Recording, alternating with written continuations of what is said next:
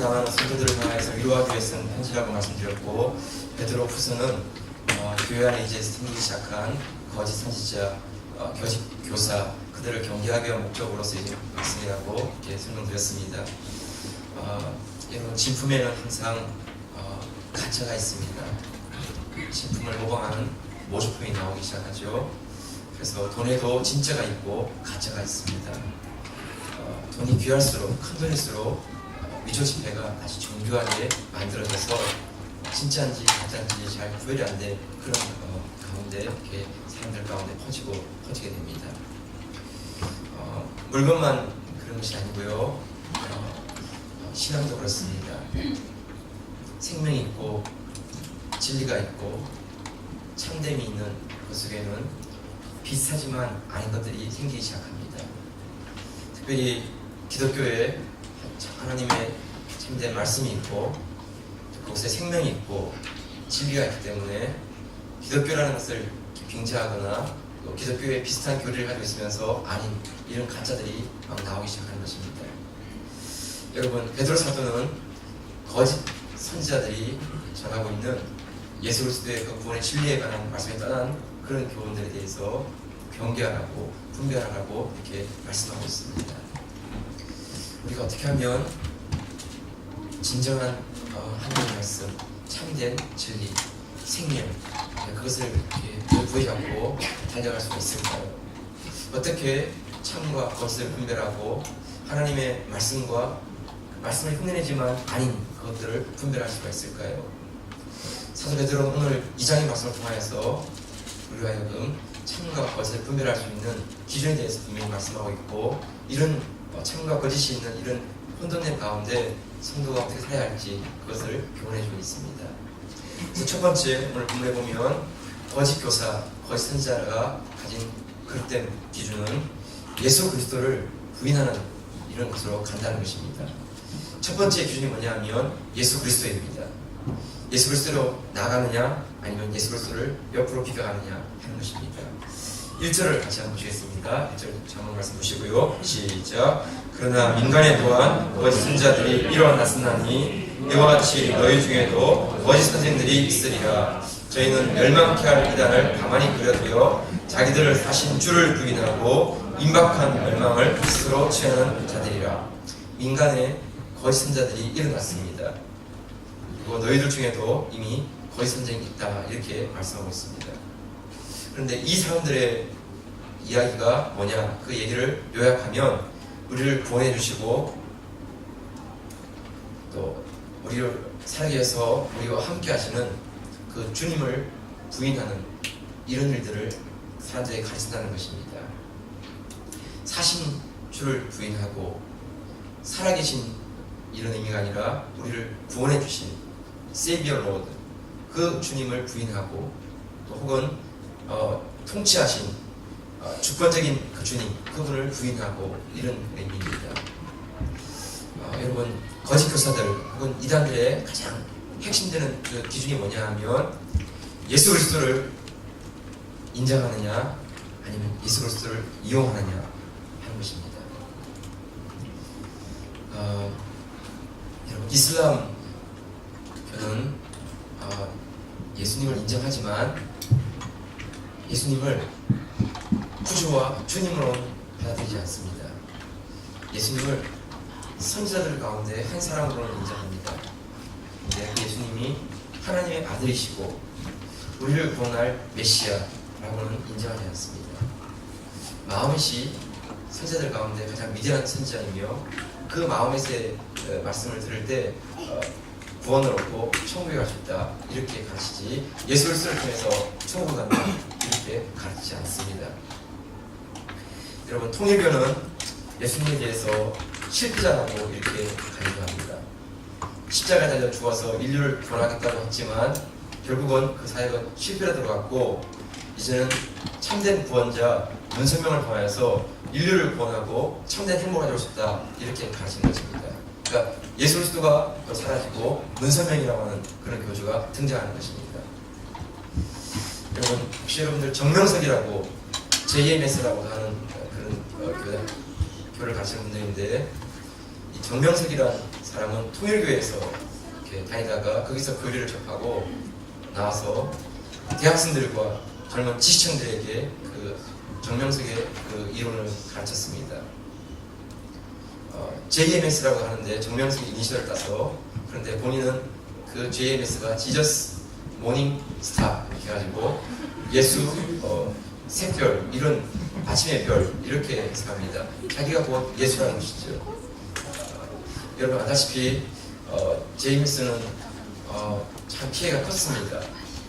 제가 군대에 있을 때 육군 사관학교에도 이 제임스가 들어와서 많은 그 장교들을 이렇게 미혹하였고, 서울대학교, 연대, 고대, 이대 이런 그 학교에 JMS로 인해서 많은 피해를 받았습니다. 지금은 여자들을 성추행했다는 그런 혐의가 분명해져서 그 판결을 받고 지금은 집행 중에 있는 가운데 있습니다. 여러분 그렇지만 그래도 불구하고 여전히 JMS를 추종하는 사람들이 있습니다. 최근에 우리들에게 알려지고 있는 신천지라고 하는 이만희 교주라는 이 사람은 자신이 진정한 메시아이고 신천지 안에 들어온 14만 4천 명 그들만이 구원을 받는다, 이런 그 논리를 피면서 무료 성경신학원이라는 것을 개설하여서 사람들을 모으고 성경을 무료로 가르쳐준다, 그런 빌미하에 요한계시록에서 그 이만희 교주가 진정한 메시아다 하는 것들을 이렇게 풀어가는 그런 모습으로, 방식으로 사람들을 미혹하고 있습니다. 기존 교회를 무너뜨리고 또 믿음이 약한 그런 행동들을 이렇게 끌어모아서 그들을 이렇게 미혹하는 이런 못된 짓을 하고 있습니다. 여러분 지난 2년 동안 교회 속에는 많은 종류의 이단과 거짓 교사들이 등장하였습니다. 그들 중에 때로는 큰 능력이 나타나기도 하고 큰 기적이 나타나기도 하여서 사람들은 그런 능력과 기적 가운데 그들을 추종하는 그런 삶을 살았습니다. 그렇지만 여러분 가장 핵심이 무엇이냐 하면 그 가르침, 그 진리 속에 예수 그리스도가 드러나느냐, 아니면 예수 그리스도가 사라지고 교주가 드러나고 다른 무엇이 드러난다 하는 이것에 대해서 그들은 참됨인지 거짓인지가 이렇게 드러나게 되었던 것입니다. 초대교회에서는 이런 거짓 교사들의 교훈을 경계하기 위해서 사도신경을 만들었습니다. 사도신경이라는 것은 사도가 만든 신경이 아닙니다. 사도신경이라는 것은 예수 그리스도의 그 제자였던 사도들, 그들을 통하여서 전달되어진 그 예수님의 바른 진리, 바른 교훈, 그것을 사도직을 계승하는 그런 차원에서의 우리의 믿는 바, 그것을 고백을 만든 것이 사도신경입니다. AD 2세경에 이 사도신경이 완성되었습니다. 근데 여기는 8가지의 내용이 우리가 예수 그리스도로부터 받은 분명한 믿음의 진리, 그것을 고백하고 있습니다. 여러분 전능하사 천지를 만드신 하나님 아버지를 내가 믿사오며 우리의 성부 하나님을 고백하죠. 그 외아들 우리 주 예수 그리스도를 믿사오니 우리 주 예수 그리스도를 고백합니다. 성자 예수님이죠. 이는 성령으로 잉태하사 동네 말에 나시고 본데 빌라도의 고난을 받으사 십자가에 죽으시고 장자 사흘 만에 죽은 자 가운데 다시 살아나시며 저희로서 산 자와 죽은 자를 심판하러 오시리라. 예수 그리스도께서 성령 잉태에서 오셔서 이 땅에서 죽으시고 부활하시고 승천하시고 다시 심판으로 오실 것이다 하는 이 내용을 성자 예수님에 대한 분명한 고백을, 믿음의 고백을 하고 있습니다. 성령을 믿사오며 성령도 하나님이신 것을 믿는다는 것입니다. 거룩한 공예와 교회에 대한 고백이 있고 성도것을 교통하는 것과 성도 간의 교제가 있는 것을 믿고 죄를 사하여 주시는 것과 제 삶에 대한 고백을 믿고 몸이 다시 사는 것과 몸이 다시 부활할 것을 믿고 영원히 사는 것을 믿사옵나이다. 마지막으로 우리가 영생하게 될 것을 믿는다 하는 이 8가지, 이것을 사도의 신앙 고백을 따라서 고백하는 이것을 가르쳤습니다. 그래서 이 8가지의 고백 가운데 어느 하나가 부인되거나 어느 하나가 비껴나가면 그것은 바른 믿음, 참된 믿음이 아니라는 것입니다. 성부 하나님을 믿는데 성자 예수님을 인정하지 않는다, 여호와 증인들이죠. 그런 사람들은 이 사도신경에서 위배되는 것이죠. 또 성경의 바른 진리에서 벗어나는 것이죠. 그래서 그것은 옳은 것이 아닙니다. 육체의 부활을 믿지만 영혼의 부활을 믿지만 육체의 부활을 믿지 않는다, 그것도 옳은 것이 아닙니다. 육체의 부활을 믿으면서 천국에서 영원토록 사는 것을 믿지 않는다. 그것은 모르겠다. 그것도 바른 것이 아닙니다. 영원히 사는 것을 믿사옵나이다. 분명히 고백하겠습니다. 여러분, 거짓 선자들과 참된 선자들의 그 분명한 가르침에 대해서는 우리가 언제나 성경 말씀을 기준에 놓고 그 말씀에 일치하면 참된 것이고 일치하지 않으면 거짓인 것입니다. 우리가 가장 기본적인 사도신경을 가지고 우리가 그것을 봐야 되겠지만 사도신경 이외의 것을 가지고 자꾸 나와서 얘기를 하게 되면 성경 말씀 그것이 기준이 되어서 우리에게 분명하게 그 말씀이 일치하면 맞는 것이고 일치하지 않으면 그것은 맞지 않는 것입니다. 여러분, 우리가 성경을 알아가고 말씀을 자꾸 알아가면 우리 안에 진리에 대한 분명한 하나님에 대한 그 계시의 말씀이 우리 안에 새겨져서 이단들이나 거짓 교사가 와서 교훈할 때 성경 말씀에 대한 기준에 따라서 이것은 맞고 이것은 틀리고 하는 것을 분별할 수 있습니다. 그런데 말씀에 대한 이해가 부족하거나 하나님 말씀을 내가 깊이 분명히 알지 못하면 조금만 이렇게 그 얘기를 틀어서 꼬우면 그게 그런가 이렇게 하고 넘어가는 것입니다. 그래서 우리가 언제나 가장 중요한 것은 예수 그리스도가 중심이 되고 사도신경의 8가지 고백을 위해 분명한 고백이 되어야 되지만 그 외의 부분에 대해서는 성경 말씀을 기준으로 해서 그 말씀에 일치하는가 일치하지 않는가 하는 것들을 살펴보아야 하는 것입니다. 여러분, 신명기 13장 1절 3절에 보게 되면 잠언 한번 보시고 같이 한번 보실까요? 신명기 13장 1절 3절 말씀입니다. 시작. 너희 중에 선지자나 꿈꾸는 자가 일어나서 이적과 기사를 내게 보이고 내게 말하기를 내가 본래 알지 못하던 다른 신들을 우리가 쫓아 섬기자 하며 이적과 기사가 그 말대로 이룰지라도 너는 선지자나 꿈꾸는 자의 말을 청중하지 말라. 이는 너희 하나님 여호와께서 너희가 마음을 다하고 성품을 다하여 너희 하나님 여호와를 사랑하는 여부를 알려하사 너희를 시험하심이니라. 여러분, 사람들이 나타나서 이적을 행하고 기적을 행합니다. 그래서 막 사람들 보기에 너무 신기한 일을 행할 경우에 그 능력과 기적을 보고 따라가지 말라는 것입니다. 참 중요한 것은 하나님 말씀을 가지고 그것을 분별할 수 있는 그런 태도를 가져야 되는 것이죠. 그러면 그것을 어떻게 분별할 기준이 무엇인가? 신명기 18장 20절 21절 이렇게 말씀하고 있죠.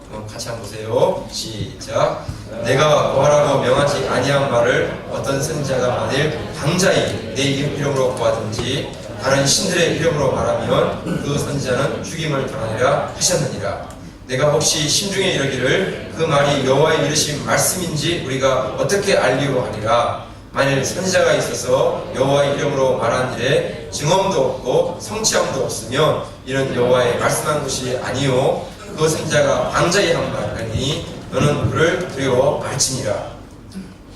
능력과 기적을 행하는데 하나님 말씀에 대해서 선포했다고 하면서 그 하나님 말씀에 대한 분명한 증거, 표적, 그 말씀에 대한 분명한 따르는 그 증거가 함께하지 않으면 두 가지 중에 하나라는 것입니다. 하나님께서 그 말씀을 하지 않으셨든지 아니면 그 말씀을 전하는 선지자가 거짓말로 이렇게 말을 하고 그래서 그 선지자가 잘못되든지 이 두 가지가 하는 것이죠. 그런데 어떤 선지자든지 하나님 말씀을 이름을 도용해서 빙자해서 말씀을 전해놓고 그 말씀이 그대로 이루어지지 않는다면 그 선지자는 거짓 선지자라고 이렇게 말씀하고 있습니다. 여러분, 하나님의 말씀에는 그 말씀대로 분명히 이루어지는 하나님의 약속이 있습니다. 그런데 또 다른 하나님의 말씀을 전하면서 이것도 하나님의 말씀이다 라고 한다면 그 말씀에 분명한 표적이 있고 증거가 있고 확증이 있지 않으면 그 말씀은 하나님의 말씀이 아니라는 것입니다. 그럼 우리가 언제나 중요한 것은 하나님의 말씀의 기준을 가지고 판단할 수 있는 그런 우리가 준비가 되어 있어야 하는 것입니다. 하나님의 말씀을 알아야 하고 하나님의 말씀이 우리의 기준이 되어야 하는 것입니다. 성도 여러분, 마지막 때에는 언제나 사탄이 하나님 말씀을 가지고 자꾸 장난을 치고 그릇된 일을 하는 것입니다. 성도들을 미혹하는 것입니다. 그래서 하나님 말씀을 우리가 알아가면서 분명하게 하나님 말씀에 대한 기준이 우리에게 있지 않으면 우리가 코에 걸면 코걸이, 귀에 걸면 귀걸이 이런 식으로 하나님 말씀을 이용하는 것입니다. 그래서 하나님 말씀 가운데 분명하게 세워져야 하고 하나님 말씀을 알아가면서 분명하게 하나님 말씀의 어떤 걸 알게 될 때 우리가 이런 거짓 선지자를, 거짓 교사를 분별할 수 있고 우리가 미혹되지 않는 그런 삶을 살게 되는 것입니다. 성도 여러분, 하나님 말씀을 따라서 우리가 진리를 따라 분별할 줄 아는 이런 믿음의 눈이 있기를 주의 이름으로 축복합니다. 자, 두 번째가 뭐냐? 두 번째는 거짓 선지자들의 삶을, 열매를 보아야 하는 것입니다. 그들의 삶을 잘 지켜보아야 합니다. 여러분 2절 3절을 같이 한번 보세요. 2절 3절 말씀 이제 시작. 여럿이 저희 호색하는 것을 쫓으리니 이로 인하여 진리의 도가 해방을 받을 것이요 저희가 탐심을 인하여 지은 말을 가지고 너희로 이를 삼으니 저희 심판은 옛적부터 지체하지 아니하며 저희 멸망은 차지 아니하느니라. 거짓 교훈을 전하는 사람들의 그 말을 들으면 맞는지 안 맞는지 잘 분간이 안 됩니다. 그래서 어떤 경우는 진짜 이게 맞는 거야? 틀린 거야? 이런 헷갈리는 경우가 생깁니다.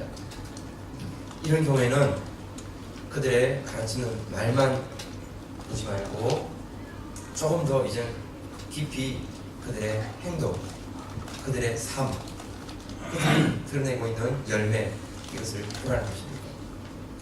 열매로 나무를 분별할 수 있듯이 거짓 선지자인지 참된 선지자인지 하는 것은 그들의 삶과 그들의 그 삶을 통한 열매가 어떠한지 이것을 보면서 우리가 알 수 있다는 것입니다.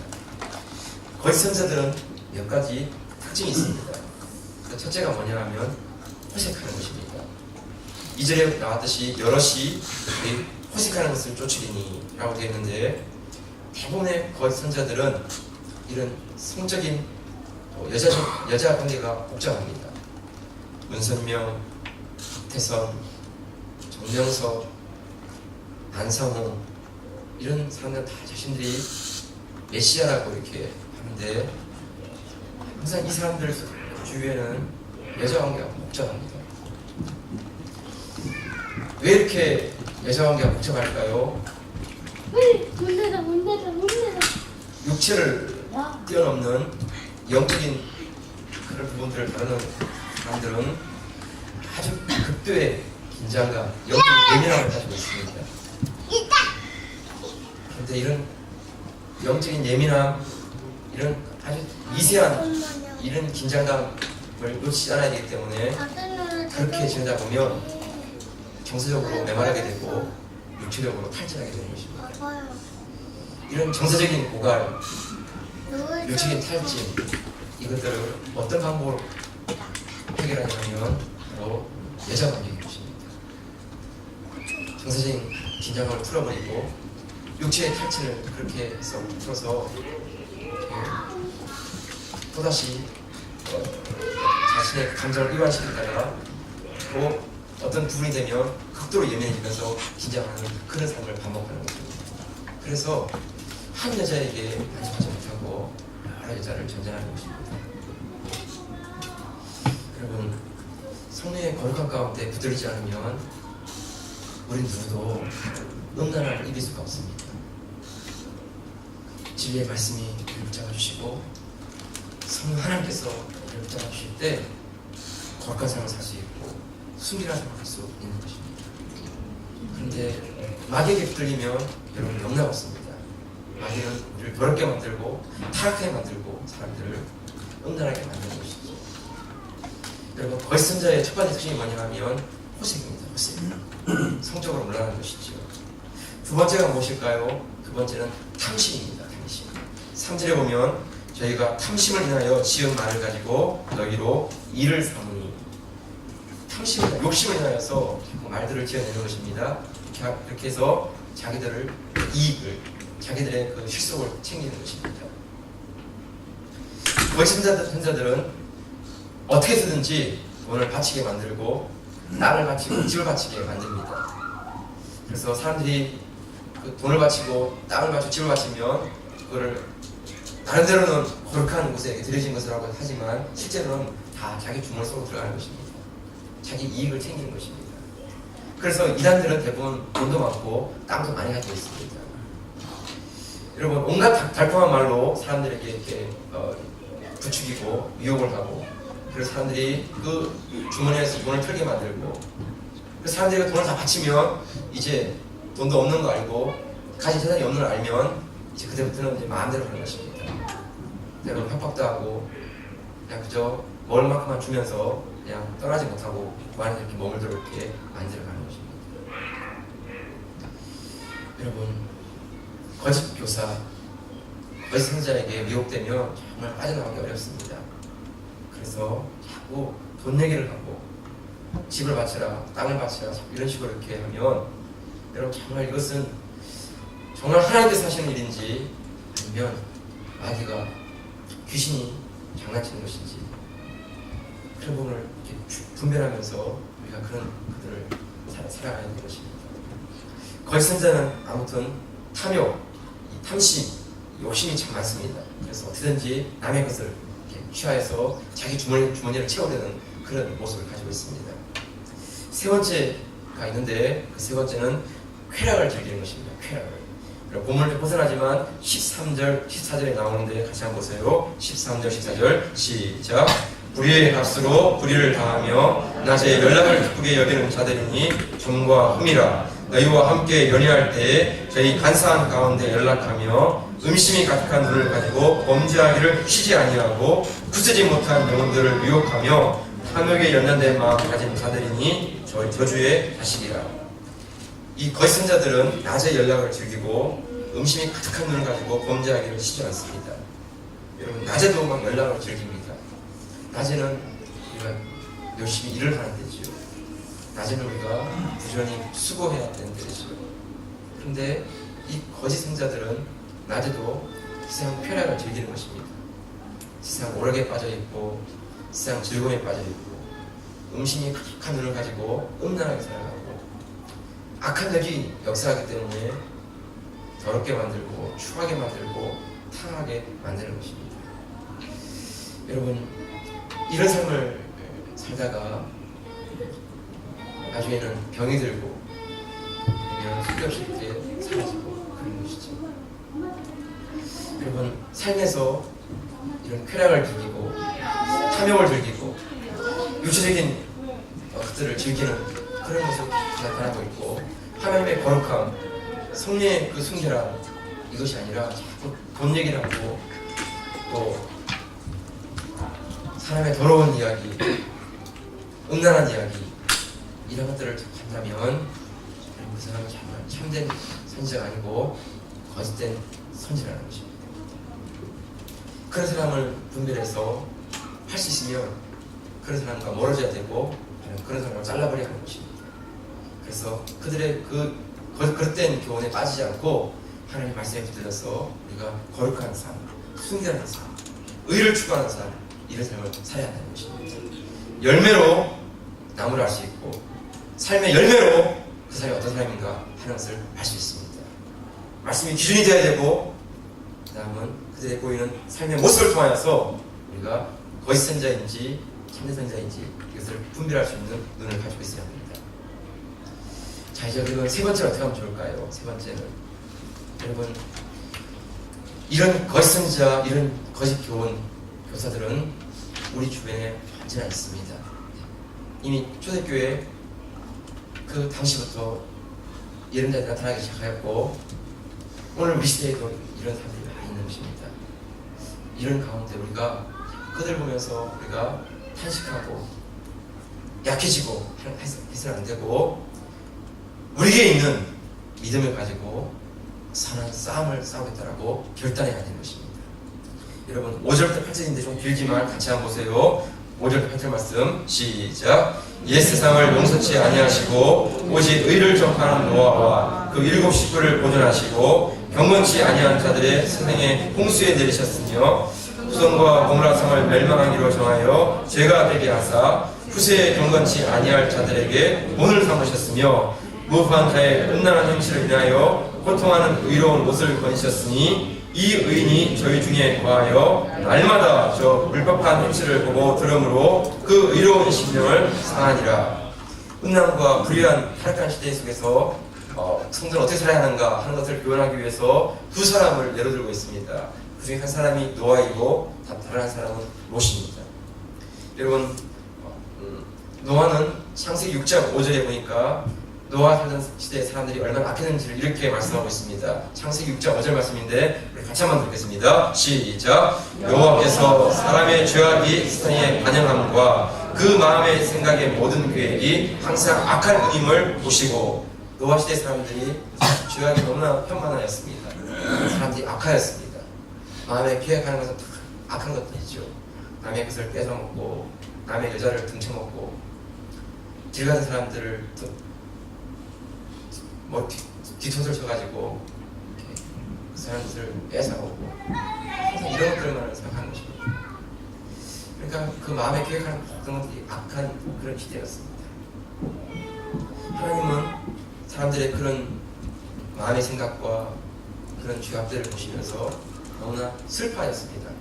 마음이 부셨어요.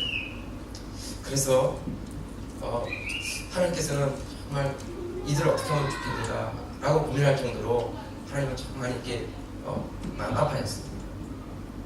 노아 당시의 사람들은 마치 썩어서 냄새나는 쓰레기와 같았습니다. 마치 시궁창에서 나는 냄새처럼 온갖 그 추한 냄새, 더러운 냄새가 막 퍼져가는 그런 가운데 있었습니다. 그대로 내버려두면 다 썩어버리는 것이죠.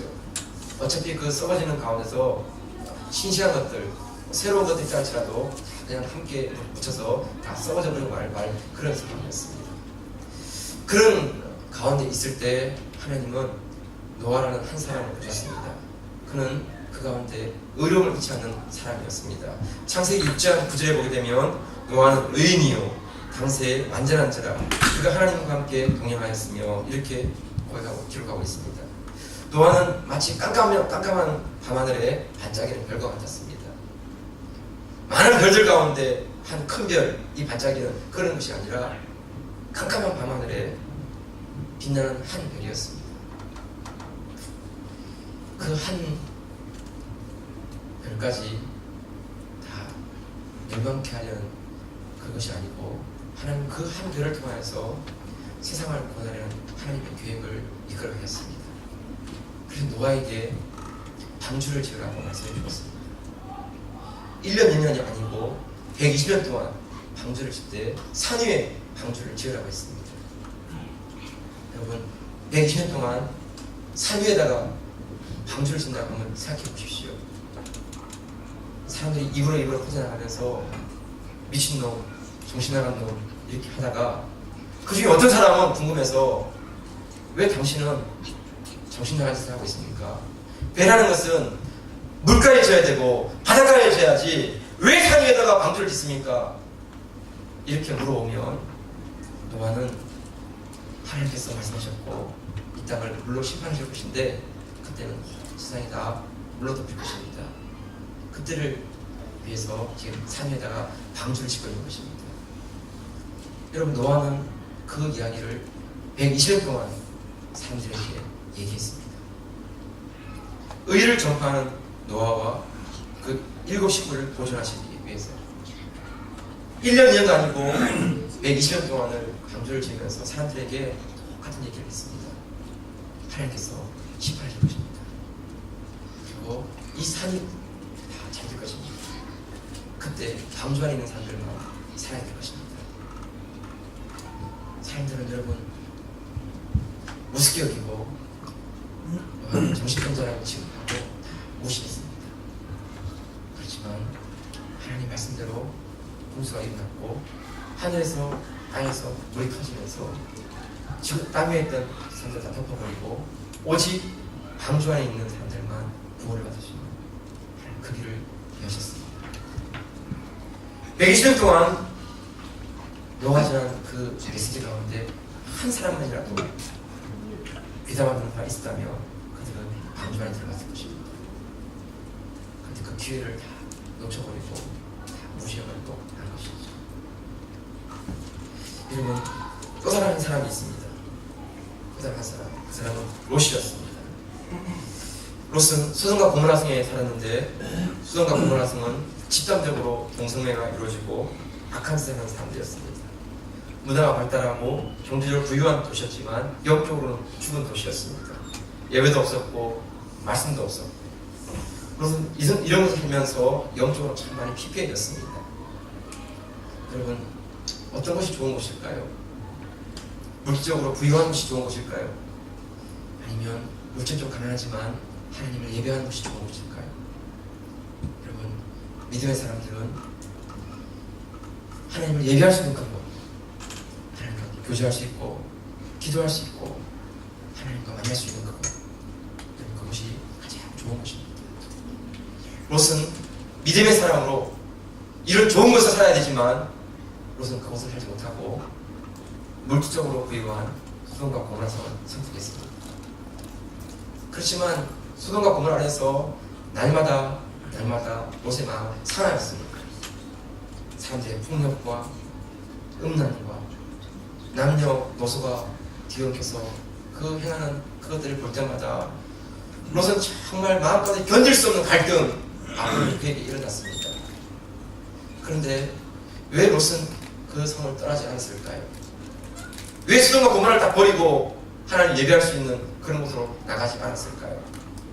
창세기 19장 1절에 보게 되면 이런 기록이 있습니다. 창세기 19장 1절에 제가 읽겠습니다. 날이 저물 때 그 두 천사가 소돔에 이르러 마침 롯이 소돔 성문에 앉았다가 그들을 보고 일어나 영접하고 땅에 엎드려 절하여 라고 되어 있는데, 마침 롯이 소돔 성문에 앉았다가, 이 구절에 대해서 성경학자들 가운데 어떤 분들은 롯이 소돔 성문에 앉았다는 이 표현은 당시의 고대에서 성문을 중심으로 모든 것들이 이루어지기 때문에 그 속에서 재판에 대한 이런 일을 담당하는 자들이 그 성문 옆에 있었다고 합니다. 롯이 이방 사람이었지만 소돔 사람들에 비해서는 그 소돔 성문에 앉았다는 얘기는 아마 그 소돔 안에 상황에 일어난 일들을 재판하거나 그런 것들을 좀 판결하거나 또 조언해주는 그런 사람으로 지위를 가지고 있기 때문에 이 표현이 이렇게 되어 있다라고 해석합니다. 여러분, 만약 그 해석이 맞다면 롯은 소돔과 고모라 안에서 누리고 있는 그 지위, 소돔에 주는 그 쾌락과 안정, 이것을 떠나기를 두려워했던 것 같습니다.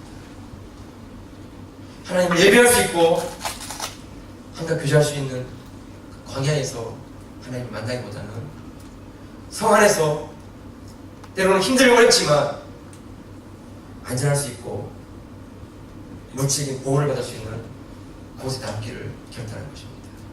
선택한 것입니다. 여러분, 이런 롯에게 일어났던 일이 어떤 것이지요?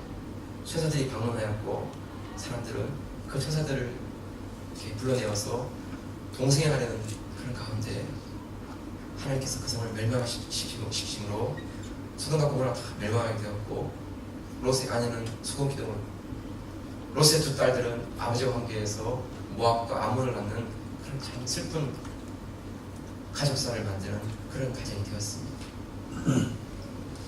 여러분, 불의한 세상을 살았던 두 사람, 노아는 세상을 권하는 사람으로 살아갔습니다.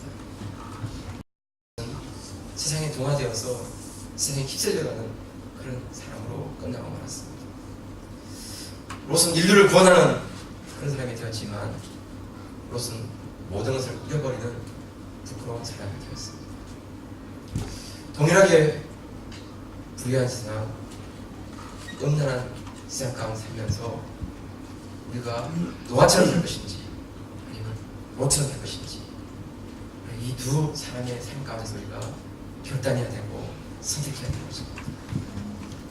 사도 베드로는 그 초대교회 성도들에게 우리 모두 노아처럼 이 땅을 구원하고 의를 전파하고 이 땅에 하나님의 그 구원을 증거해가는 그런 사람 살기를 사도 베드로는 격려하고 있는 것입니다. 네, 여러분, 정말 우리 시대는 믿음의 선한 싸움을 해야 될 때입니다. 그냥 적당하게 신앙생활하면 세상에 주는 그 쾌락과 그 부유함과 화려함 가운데 다 휩쓸려서 그냥 가버려서 점점 우리가 영적인 그런 파워를 잃어버리고 가는 것입니다.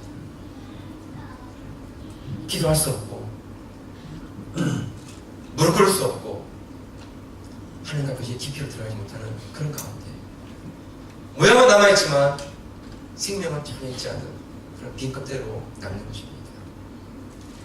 여러분 정말 우리 시대에서 승리하기 원한다면 믿음의 선한 삶을 하겠다라고 결단하고 우리가 노아처럼 의로운 삶을 살기로 각오하고 나가야 하는 것입니다. 믿지 않는 사람들과 함께 하지만 믿지 않는 사람들과 함께 할 수 없는 그 선을 걷는 것입니다. 술자리에 앉을 수 있지만 같이 술을 먹으면서 즐기고 함께 여자 엉덩이를 툭 치고 이렇게 사람들에게 왕따를 당하고 쟤네들 왜 저렇게 이상하게 살아가냐 하는 말 듣는다 할지라도 믿음의 그 거룩함, 순결함을 잃지 않는 가운데 내 싸움을 해야 하는 것입니다. 여러분 한 사람 소개하고 마무리하겠습니다. 자료를 구하려고 해봤지만 사진을 찾고 하기 어려웠습니다. 사도신경 이후에 최초의 신앙 고백이 만들어진 것은 AD 325년 니케아 종교회의입니다. 예수님의 신성과 인생에 대한 논쟁으로 종교회의가 열리게 되었습니다. 그 중에 아리우스라는 사람은 예수님의 인성은 인정하지만 예수님의 신성은 부인하였습니다. 예수님은 그냥 피조물 가운데 가장 우월한 존재예요. 탁월한 존재이긴 하지만 그는 하나님과 같은 신성한 자는 아니다. 하나님과 유사한 그런 존재이긴 하지만 하나님은 아니다 하는 것이 아리우스의 주장이었습니다. 여러분 삼위일체 성부, 성자, 성령 그 삼위 하나님에 대한 그들을 이렇게 드러내기가 참 사람들이 머리로 이해하기는 너무 어려운 일이었습니다. 그래서 아리우스는 헬라 철학에 영향을 받았기 때문에 하나님 한 분만 유일한 분이시고 성자 예수님도 성령 그분도 다 피조물에 불과하다 이렇게 주장하면서 신성을 가진 건 아니다 이렇게 한 것이죠. 그래서 대부분의 사람들 헬라서에 영향을 받은 사람들은 다 아리우스의 입장을 다 지지하였습니다. 그런데 알렉산드라고 하는 한 나이 든 분은 그 아리우스 입장을 반박하였습니다. 예수님은 사람일 뿐만 아니라 하나님이시다고 주장하였습니다. 우리의 구원자가 되기 위해서는 하나님과 인간 이 두 가지가 함께 다 있어야 된다고 이렇게 주장하였습니다. 그런데 알렉산드는 그때 나이가 너무 많아서 더 이상 논쟁하는 가운데 그만 하늘나라의 세상을 따라고 말았습니다. 그래서 이제는 모든 상황이 아리우스의 주장대로 다 결정이 나는 그런 상황을 가게 되었습니다. 그때 알렉산드의 제자였던 한 젊은 제자 아타나시우스라는 한 사람이 나타나서 아리우스에게 반박하기 시작했습니다. 그는 성경을 인용하면서 예수님은 참 하나님이시고 참 인간이심을 증거하였습니다. 예수님은 바다 위를 걸으시고 말씀 한마디로 폭풍을 잠잠케 하시고 오병이어로 5천명을 먹이신 바로 그 죽은 자를 살리신 참 하나님이심과 동시에 먹지 못하면 줄이셨고 자지 못하면 피곤하셨고 병든 자를 보면 눈물을 흘리셨고 약한 자를 보면 궁리를 가지신 진짜 인간이신 그분이셨다고. 그럼 이것을 성경 지식과 진리의 지식, 하나님을 아는 지식 그것을 가지고 해박한 증거와 함께 구약과 신약의 말씀을 인용하면서 아리우스에 대해서 반박을 하였습니다. 모든 상황이 다 아리우스로 넘어갔던 그 가운데 그 아타나시우스 그 한 젊은 사람의 그 논증을 인해서 니케아 종교회의는 마지막에 예수님의 신성과 인성을 함께 하십니다 라고 공식적으로 인정하게 되었습니다. 그리고 삼위 하나님에 대한 그 고백을 함께하게 되었습니다. 여러분 종교회의는 이렇게 끝났지만 거기서 끝이 아니었습니다. 젊은 아타나시우스는 이 일로 말미암아 아리우스파의 공격을 받아서 5번이나 주교직을 박탈당했습니다. 사막으로 유배를 당해서 죽음의 위기를 수없이 넘겼습니다. 그렇지만 아타나시우스는 변함없이 예수로서는 참 하나님이시며 참 인간이십니다 하는 주장을 잃지 않았습니다. 여러분 이로 말미암아 삼위일체 하나님 예수님의 신성과 인성, 이것이 교회 공교회 인정을 받게 되었고, 그것이 그 뒤에 오늘 종교회의 가운데 지속적으로 확인받게 되는 그런 것들을 얻게 되었습니다. 여러분, 우리 시대는 참 기준이 불분명해지고 있습니다. 절대라는 게 점점 있을 자리가 없어지는 것이지. 그래서 기독교는 독선적인 종교, 아주 편협한 종교, 자기들밖에 모르는 종교, 이렇게 비난하는 것입니다. 여러분, 이런 종을 먹더라도 진리는 진리이고 하나님 말씀은 하나님 말씀인 것입니다. 그러니까 세상 사람들 다수가 일어나서 공격한다 할지라도 우리가 그 다수 때문에, 그 목소리 때문에 우리가 가진 진리를 약화시키거나 우리가 가진 진리를 모호하게 만드는 그런 태도를 취하면 안 되는 것입니다. 말씀 그대로 목에 칼이 들어와도 말씀 그대로 고백할 수 있어야 하고 말씀 그대로 선포할 수 있어야 하는 것입니다. 성도 여러분, 거짓 선지자는 언제나 예수 그리스도를 부인합니다. 구원을 부인하고 메시아심을 부인합니다. 거짓 선지자는 그들의 삶 가운데 음란과 탐욕, 세상 쾌락을 즐기면서 살아가는 삶의 모습을 보입니다. 이런 가운데 성도는 거룩한 싸움을 잃지 아니하고 정말 믿음의 선한 싸움을 싸우기로 결단하고, 사람들에게 좀 욕을 먹고 사람들에게 비난만 할지라도 하나님 말씀 그대로 붙잡고 나가는 것입니다. 진리의 하나님께서, 진리의 성령님께서 무엇이 참된 것인지를 밝히 드러나게 하실 것입니다. 그 가운데 뒤로 물러가지 아니하고 믿음의 선한 싸움 가운데 모두가 승리할 수 있기를 주의 이름으로 축복합니다. 지금 함께 주님 말씀 같이 기억하시면서 우리가 함께 하시면서 한번 기도하겠습니다. 하나님 아버지,